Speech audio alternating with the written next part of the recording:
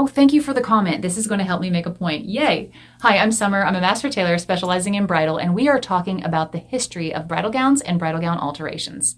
We didn't really need alterations for bridal gowns until we started mass producing them. Before that, you would go to a clothier, a tailor, or a dressmaker and have them make your gown, or you would have a family member make it. And most of the time, they weren't even white back then. White didn't become the dominant color of the wedding industry until the 1900s, and we didn't start associating a concept of purity or virginity to the color white until the 1940s or 1950s. The more you know. We started mass producing bridal gowns in the 1970s. In the beginning, brides would go to generic alterations facilities, and we didn't really see the emergence of bridal gown specific alterations facilities until the 80s. Now, the designers that were making their gowns in the 70s, 80s, and 90s were likely choosing construction techniques like exposed seams, two-layer dresses, no boning, because it was a big money saver, and it was also really easy to train people to do that. It also had the added bonus of making alterations super easy. But then enter people like this. Yes, I'm people like this too. We are the same.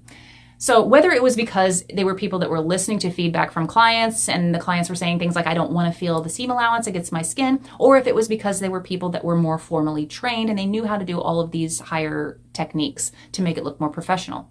We started changing the way bridal gowns were constructed. We started adding things like stay stitching, understitching, top stitching, flat felt seams, French seams, ooh la la. And then all of a sudden, we have extra steps that we have to do before we can even do the alterations.